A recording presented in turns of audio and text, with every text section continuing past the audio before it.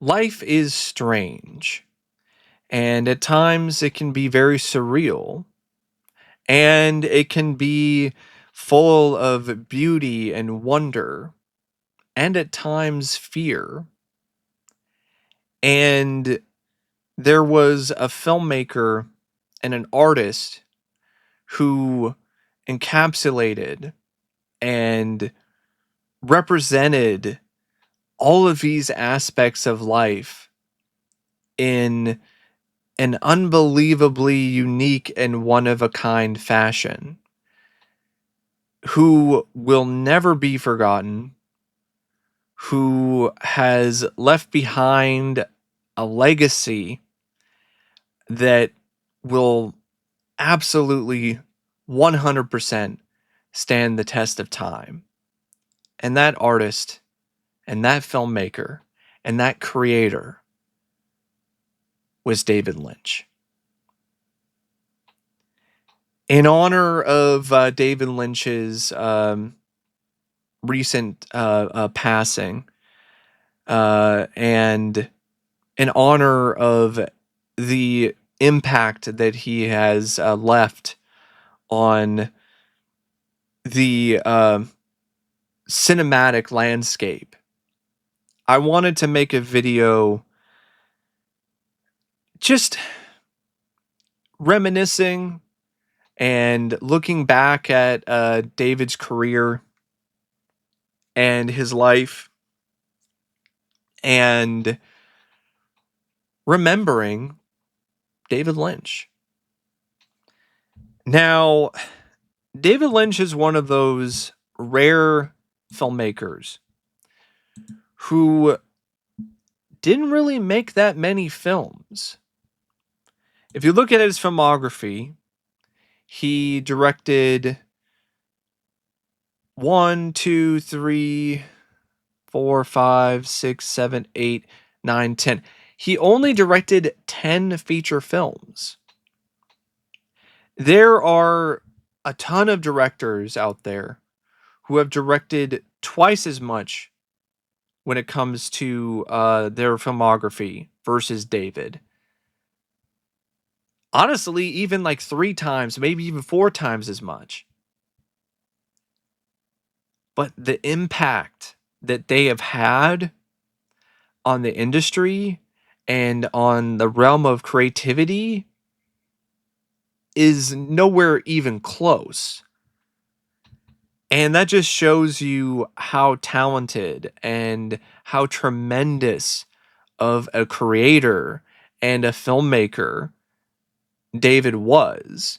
For him to take such a small sample size of films and to have such a massive, gigantic impact with all of that, that is going to last years after his death, that's quite an accomplishment.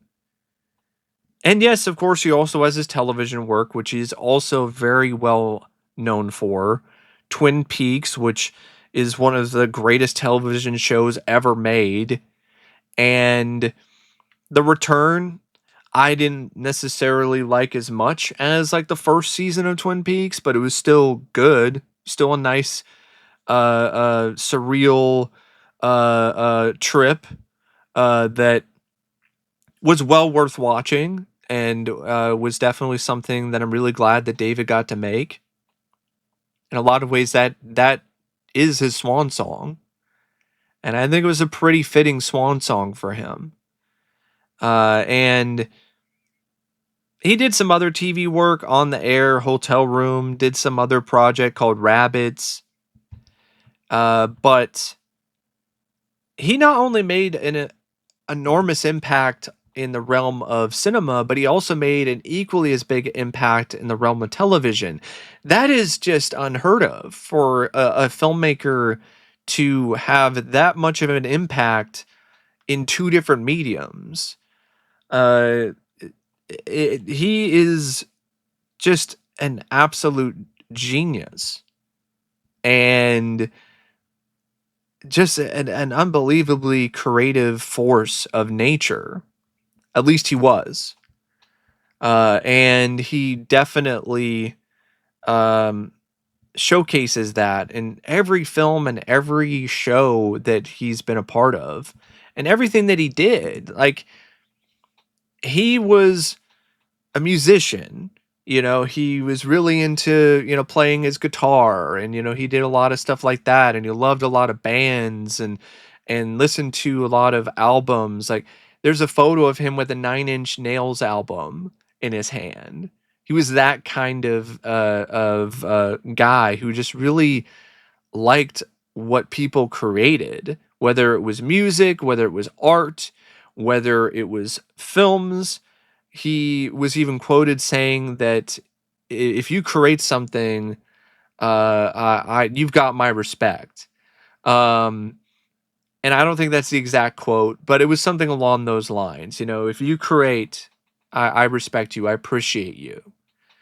And he definitely felt like a very genuine soul and an individual in a multitude of different ways, not just with his taste in different forms of media and entertainment, but it was a very spiritual man who really helped popularize this form of meditation called transcendental meditation or transcendental meditation.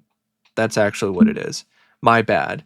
But prior to Lynch, TM wasn't really something that was really that popular or that mainstream, and he helped to make a lot of people uh, um, see this as a potential option for them for treatment. For mental illness or other things that were troubling them when it comes to their health. And there's tons of people who are just so grateful for what Lynch did in terms of really bringing that to the forefront and making people realize that that's something that they can do to self-treat themselves, to treat different sort of things that are plaguing them. And it had a very positive effect for the people who have actually utilized that form of treatment.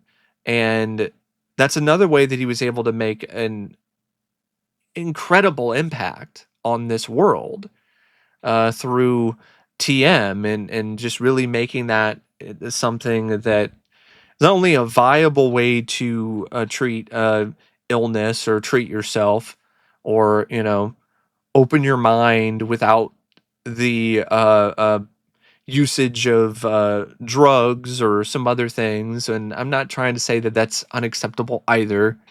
Everybody has their thing. Some people are really into ayahuasca and some of this other stuff, and use it in moderation. It's fine.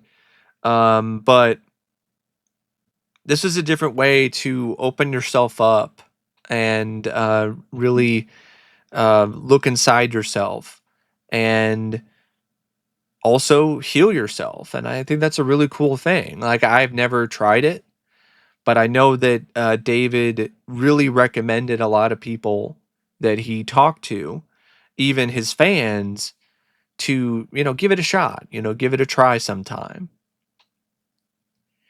And just going back to his filmography here, he started out with Eraserhead in 1977. And what a way to start your career, with one of the most bizarre, surreal, nightmarish, strange, and unique and original films that have ever been made. Uh, it's not a very traditional film in terms of its plot or its characters, but it's got such a signature style and mood and atmosphere that is unlike any other. And to this day, it still stands as a genuine classic uh, for its aesthetics and for just the unsettling nature and overall vibe of it, and just everything about it that just gets under your skin. There's a reason why a lot of people consider Eraserhead to be like one of the most horrifying, disturbing horror films that they've seen. because there really isn't anything else like it. It's just such a nightmarish movie. It almost looks like Lynch went inside somebody's head and actually recorded their nightmares and played them back to you. And after Racerhead, he did The Elephant Man, and he got that film because of the success of Eraserhead. Mel Brooks, who was one of the producers for The Elephant Man, he saw Eraserhead, he loved it, and he wanted David Lynch to potentially direct one of his films that he was producing in The Elephant Man. And Lynch thought that he could definitely do it. And he liked the story of John Merrick, and he felt that that was something that really spoke to him, and he did it, and it was another really great film. A different kind of movie. It's more of a drama, but it also has its nightmarish stuff. But it was a film that, just like Eraserhead, made its impact almost immediately. I mean, the movie was a pretty decent success financially. It got a lot of acclaim.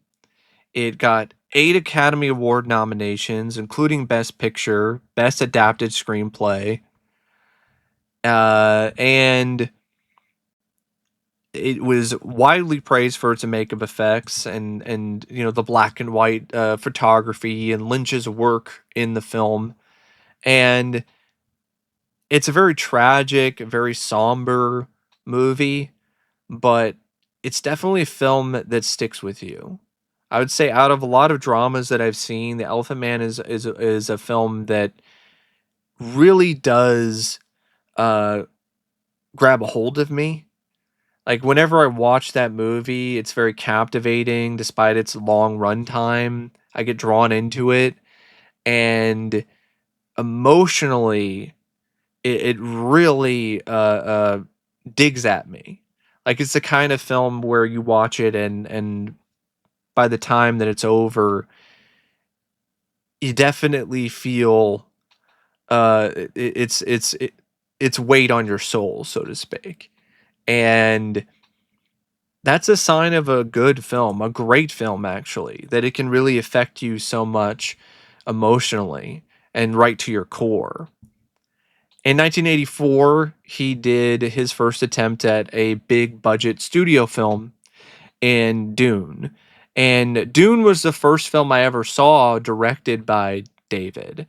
It was a film that initially I wasn't big on, but there's something about it that I liked that I wanted to keep giving it a chance. And it was a film that grew on me. The more I watched it, the more I liked it. And then after a certain point in time, after I think it was like maybe the third or fourth viewing, I fell in love with it. And to this day, like Dune is still one of my favorite sci-fi films of all time. And it is such a wonder of a movie. It's just a really unique, cool, imaginative, creative masterwork of science fiction, in my opinion. I know it's not like the book. I don't really care. Even if I did like the book, I would still love the movie. Books are a different form of medium and entertainment in general, with different rules, different guidelines. I'm fine if it's not a straight up adaptation of the source material. Lynch made it his own in a way that only Lynch can. It's such a weird, just surreal, crazy film, but that's what I love about it. I love the stuff with the spice and the sandworms, and I love the engineers and on the and all of the weirdness. The weirder it is, the better. I like the Baron floating around with like pimples and sores and all this other stuff. And I love the cast. Kyle MacLachlan, who was discovered by Lynch, acting in his first ever film because he had never acted in a film before this. And Lynch just had an eye for talent, an eye for just genuinely unique individuals and people. And Kyle was definitely one of those people. And uh, I'm so thankful to Lynch for discovering Kyle and allowing him to showcase his talents to everybody, and allowing people to really see him and see his talents, and give him the opportunity to continue to showcase his talents for as long as he has. Um, and I love the score by Toto. I think the effects for the time are actually really great. Like, I could go on and on and on and on about David Lynch's Dune. I am a massive fan of that film. In honor of David, I will definitely get around to reviewing that sometime this year, as well as some other Lynch films, because that one's been a long time coming for me. I meant to do it last year, but I got caught up with stuff, and I just I wanted to make sure that if I'm going to review this movie, I want to make it like the best possible review I can because I love it so much. In 1986, he followed up Dune with Blue Velvet, which was a return to the independent film, which is what Lynch started his career with. He tried the big budget stuff, didn't work with Dune because it was a bomb. And a lot of ways, thanks to the failure of Dune, it enabled him to just go back to basics, go back to where he started from. And it led to him doing Blue Velvet, which is one of his best movies. Um, I would say probably as of right now, as much as I do like Dune, I like Blue Velvet even more. So I would say Blue Velvet is my favorite film of his. This film is a masterpiece. It's a masterpiece of surrealism. It's got some really terrific, amazing direction by Lynch. It's got a good script. The cast, they all do some really amazing, grand work. Good score. Just everything about Blue Velvet is just great. I love Blue Velvet. And in 1990, he did Wild at Heart, which I'm kind of conflicted on that one. Like, I do like it, but I don't love it. And it's one of those movies where I like Lynch's direction. Lynch's direction is definitely not the problem here. It's some of the writing, it's some of the tonal stuff, and I'm not as big on, but I still don't mind the movie. And you can definitely tell that Nick Cage had a lot of fun making it.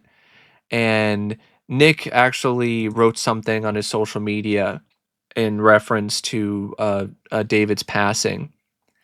And he said that it was like the most fun that he's ever had on a movie set.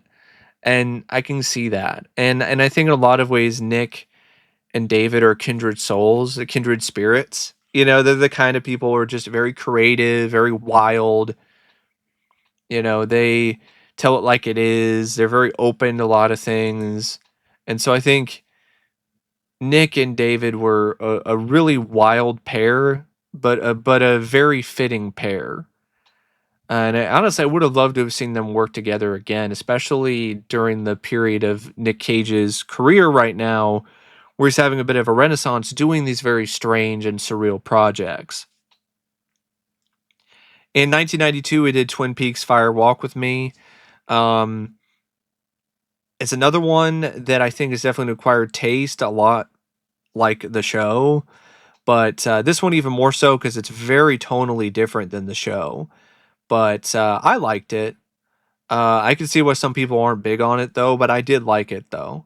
Once again, just some really just an amazing, spectacular direction by Lynch, and some good performances all the way around. Um, it was a good, in my opinion, it is a good companion piece to the show. I liked it more than The Return. If we're talking about Twin Peaks spin-offs or Twin Peaks related entertainment. In 1997, he did Lost Highway, which is another one that I also really enjoy. I haven't seen that one in a long time, but I do remember really liking it. I definitely felt like it featured just a really great central performance by Bill Pullman, great supporting roles too by Patricia Arquette and Balthazar Getty, and once again, just stupendous, amazing, great direction by Lynch. The man just he just aged like a fine wine throughout the decades. It's just like his signature style of surrealism and like the way that he set up the camera and used angles and different sort of camera techniques to just create such a mesmerizing dreamlike quality. There really wasn't another director like him in his field. And Lost Highway, definitely a very good film in a lot of different ways. I'm really looking forward to revisiting that one actually sometime along with Mulholland Drive. And in 1999, he did The Straight Story, which in my opinion is one of I would say next to Dune, it's his most underrated film because this is like the anti-Lynch movie. Like this is like a really, heartwarming, sweet movie based on a true story of this guy who had this journey across Iowa and Wisconsin on a lawnmower. It's got a really good performance by Richard Farnsworth, who plays the lead. And yeah, it's got that signature Lynch style, but it's set up in a way that's very cheery. And it shows that he can actually pull that off too. This film, more than anything, shows how multifaceted and multi-talented Lynch was as a filmmaker, because it shows that he can do a film that's lighthearted and do that equally as well as any of the other darker, twisted, more wild, more surreal films in his filmography. And in 2001, he did Mulholland Drive, which I think is honestly his last masterpiece. Another great bit of surrealist neo noir, good mystery, uh, great performances by Naomi Watts in particular, as well as the rest of the cast. And Lynch's direction is once again just top notch and just tremendous. And in 2006, he did his last film, Inland Empire. I really wasn't a big fan of Inland Empire. Um, I thought it was way too long, and there were some things about it that I did like, but I wasn't really as big on that one. So, it was a bit disappointing to me, especially considering how good his track record was up until that point. I mean, yeah, I wasn't super big on Wild at Heart. I didn't love it, and Twin Peaks Fire Walk with Me had some things that I wasn't big on either. But there wasn't anything that he had directed prior to that point where I was like, oh, I didn't like this at all. And then Inland Empire, I was like, yeah, I really don't like this movie. But I would like to revisit that as well. Maybe my thoughts on that might have changed, or maybe my opinion of it might shift with a more recent viewing. And of course, the TV work. I mean, Twin Peaks, I mean, the reputation of the show speaks for itself. There was nothing else on television like it at the time. It really broke new ground for television in general, in terms of what you can get away with, in terms of the censors, and what kind of storytelling that you can do that can actually appeal to a wide audience and get ratings. Like, you can make a weird show and it will still find an audience and still do well. And it showed that you can take these bold risks on television, which was not really something that was the norm. Cable TV, maybe that was a little more common, but like public TV, like on a main network, like network television, no, that wasn't something that was anywhere near as common until Twin Peaks. I think the show definitely did, you know, drop off in terms of quality with each respective season, but it's still a good show. It's still a great show. I mean, the first season is so incredible that yeah, the other seasons aren't as good, but like the first season is so incredible that it more than makes up for it. I mean, the first season of Twin Peaks is one of the best seasons of any television show I've ever seen. And I mean, look, I'm talking about Twin Peaks, and my cat is like, now my cat, even the cat is perked up. Okay, oh, you're talking about Twin Peaks? Are we gonna watch Twin Peaks now? Maybe later, Olympus, but not right now. Um, in 1992, we did On the Air. I wasn't really big on that, or Hotel Room, which he did in 1993. But hey, he's trying some stuff out. I appreciate the effort. And it's the same sort of thing with Twin Peaks: The Return. I appreciate the effort. There's still a lot of creativity there. There's a lot of originality. It's really nice to see a lot of the same cast members come back, and there are some moments of fan service, but they aren't really anything that I feel is like too distracting or too poorly done. And I felt it was a fitting way to say goodbye to the Twin Peaks world. Um, but I definitely can say that I wasn't like massively in love with it. But I still didn't mind it for what it was. I've seen a lot worse when it comes to like a new season of a show that comes out years later. Like for example, the X-Files seasons that came out after the original run ended, those are so much worse than Twin Peaks: The Return. And it's a shame that David Lynch never really got to make everything that he wanted to do, because there's actually a fair amount of projects that he wanted to do that he never really had a chance to get off the ground. Uh, Long before the Log Lady became a very beloved character in Twin Peaks, Lynch had this idea of this woman who's carrying a log, and he had an idea for like an interview show called "I'll Test My Log with Every Branch of Knowledge," but the idea didn't really go anywhere. But he decided to revive that character for Twin Peaks. Ronnie Rocket is a project that he has been trying to get made for decades. It's an unrealized project of his. Went through multiple different, I think, scripts and potential uh, um, shoots with different studios, but it never really got off the ground. And it deals with a detective who tries to enter some other dimension. He gets pursued by donut men, and there's a lot of other crazy, weird, surreal stuff going on. Very David Lynch, and it just never really took off. He also started work on a script for Dune 2 called Dune Messiah, and he was really getting into it, but he had to stop like halfway through because of the fact that Dune bombed and Dune 2 was never going to happen. Then he worked on and was conceiving an animated film co-written by Caroline Thompson. And he started this in the early 2000s. It was called Snoot World. And it's very wacky.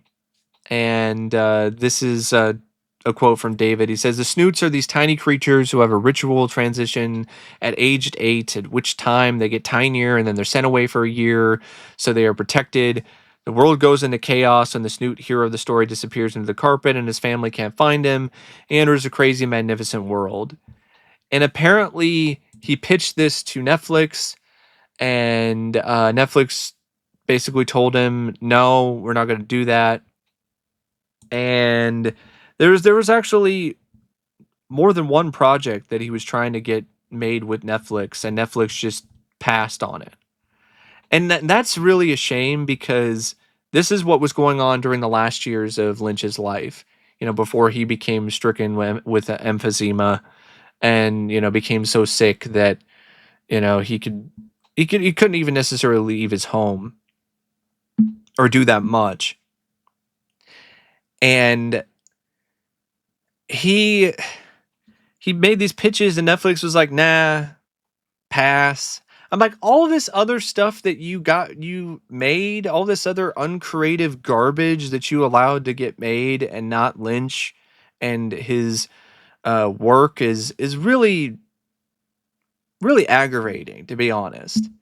Like, you've got one of the most creative and unique minds in the history of cinema, and you're just passing on what he has in mind, what he's come up with, and you're making Kissing Booth sequels and all this other crap, what a tall girl, all this other garbage that Netflix is greenlighting for their movies, but not something from the mind of David Lynch. And it's even more sad because that's what he was trying to do before his death, and we don't get to see those projects. We don't get to see any of that realized because Netflix told Lynch to basically screw off. Like, oh, whatever, nice job, wacky pitch, but no, we're gonna pass. Is it because they're like, oh, it's not marketable? It's just David Lynch. Like, what did you think you were getting into from the beginning when you decided to work with David to begin with?